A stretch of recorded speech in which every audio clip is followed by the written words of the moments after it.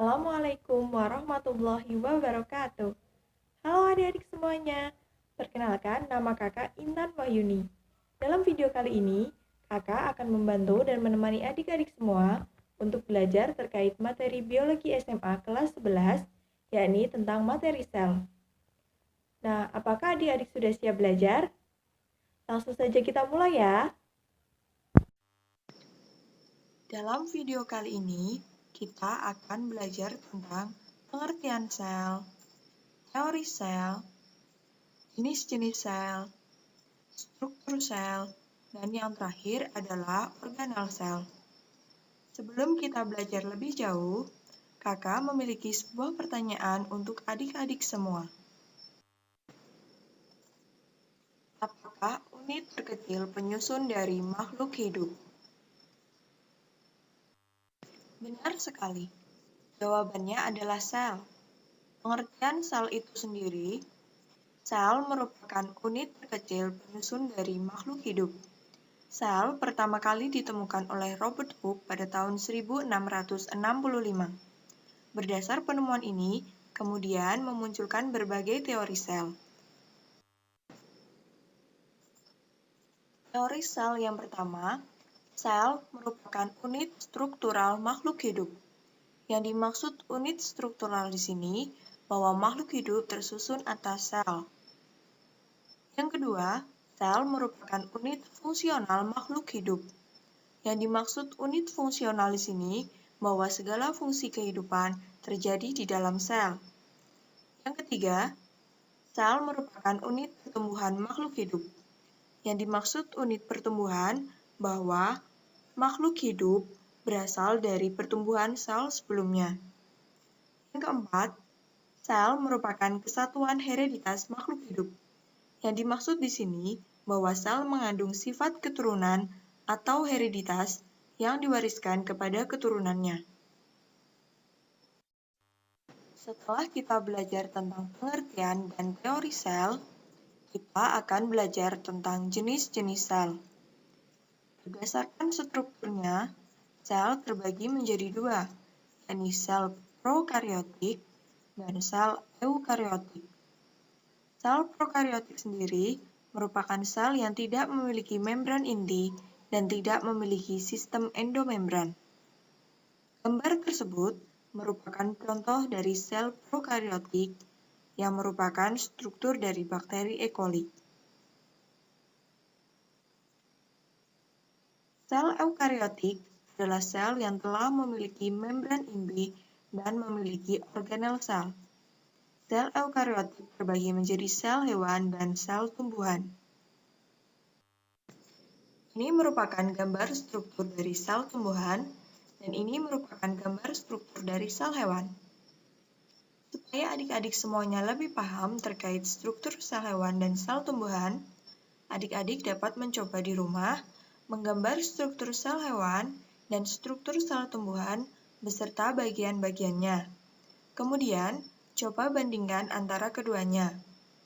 Apakah terdapat bagian sel tumbuhan yang tidak terdapat pada sel hewan? Begitu pula sebaliknya.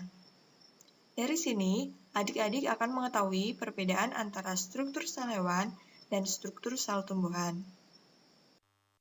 Kemudian, kita akan belajar tentang struktur sel. Struktur sel sendiri terbagi menjadi tiga, yakni ada membran sel, sitoplasma, inti sel. Membran sel merupakan bagian terluar dari sel, yang berfungsi untuk sebagai reseptor, melindungi agar isi sel tidak keluar, mengontrol zat-zat yang masuk maupun keluar, dan tempat terjadinya kegiatan biokimiawi. Sitoplasma. Di dalam sitoplasma terdapat cairan yang disebut dengan sitosol. Sitosol ini mengandung zat organik dan zat anorganik. Zat organik terdiri dari karbohidrat, lemak, protein, dan lain-lain.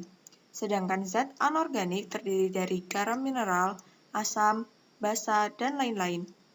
Kemudian, terdapat juga jaringan seperti filamen dan serabut yang saling berhubungan disebut dengan sitoskeleton.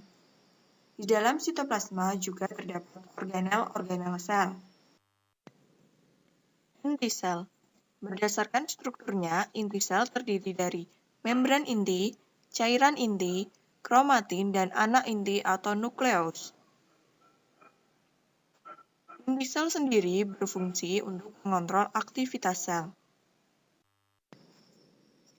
Kemudian kita akan belajar tentang organel-organel sel, dimulai dari mitokondria. Mitokondria berfungsi dalam respirasi sel, fosforilasi oksidatif, dan sistem transfer elektron. Kemudian ada retikulum endoplasma. Retikulum endoplasma terdiri dari retikulum endoplasma kasar dan retikulum endoplasma halus. Retikulum endoplasma kasar ini ditempeli oleh ribosom sehingga tampak berpindil-pindil. Retikulum endoplasma sendiri berfungsi dalam proses sintesis lemak dan kolesterol. Kemudian ada badan Golgi. Badan Golgi berbentuk seperti kantung pipih, dibatasi oleh membran, dan berfungsi dalam pengolahan protein yang baru disintesis. Ribosom. Ribosom ini ada yang terletak pada retikulum endoplasma dan ada pula yang terletak pada sitoplasma. Ribosom berperan penting dalam proses pembentukan protein. Kemudian ada lisosom. Lisosom ini mengandung enzim yang berperan dalam penguraian sel. Fungsinya sendiri untuk mencerna molekul-molekul besar.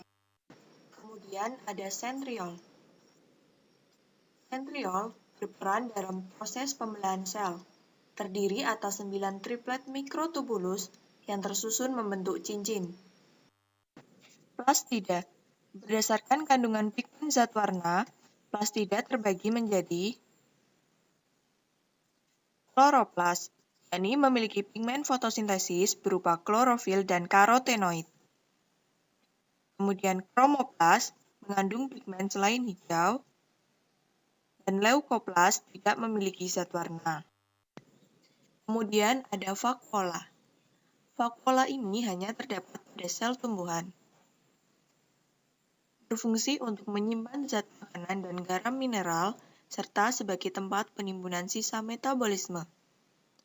Setelah adik-adik memahami materi tentang sel, adik-adik juga perlu memahami dan mengetahui tentang bagaimana kegiatan pengamatan mikroskopik pada sel hewan dan sel tumbuhan. Berikut kakak berikan contoh preparat pengamatan sel hewan dan sel tumbuhan. Gambar tersebut merupakan contoh preparat pengamatan pada sel tumbuhan, yang merupakan sel epidermis bawang merah dengan bagian dinding sel, sitoplasma, dan inti sel.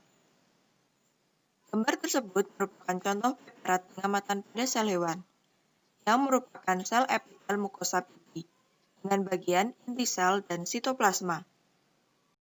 Nah, supaya adik-adik semuanya lebih paham terkait bagaimana proses pengamatan sel hewan dan sel tumbuhan, kakak sudah menambahkan link video proses pengamatan sel hewan dan sel tumbuhan di dalam kolom deskripsi ya, sehingga nanti bisa adik-adik kunjungi untuk menambah wawasan dan pengetahuan adik-adik. Itu tadi kegiatan belajar kita terkait materi sel.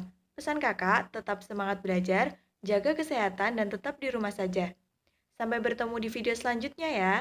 Wassalamualaikum warahmatullahi wabarakatuh.